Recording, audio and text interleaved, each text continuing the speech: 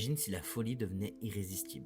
Bienvenue dans le marathon du mois d'octobre et aujourd'hui on va parler de The Rocky Horror Picture Show de Jim Sharman.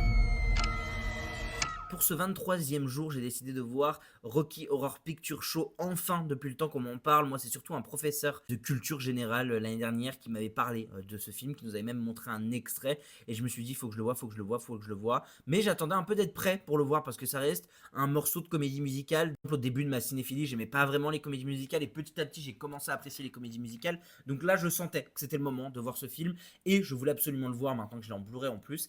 Et j'ai adoré ce que j'ai vu, le côté classique du film, le côté culte du film marche minute 1, c'est trop bien, c'est bien filmé, le sujet est hyper intéressant, on est sur un sujet qui parle de transidentité en 1975. Voilà, juste ça, pour vous dire à quel point c'est moderne, à quel point c'est hyper intéressant dans ce que ça raconte.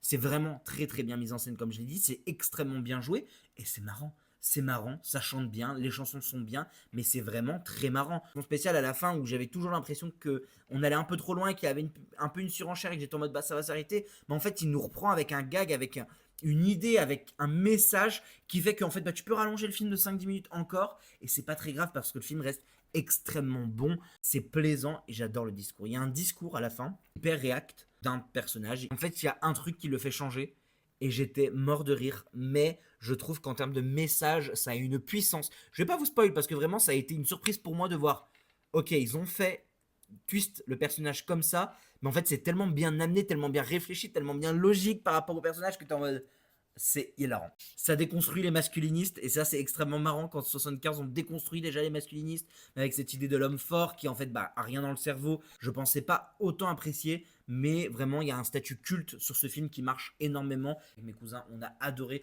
Juste avant on avait vu un film où on avait un peu plus du mal et que c'était un peu compliqué à rentrer dedans. Là sur ce film on a juste kiffé et c'était tellement plaisant.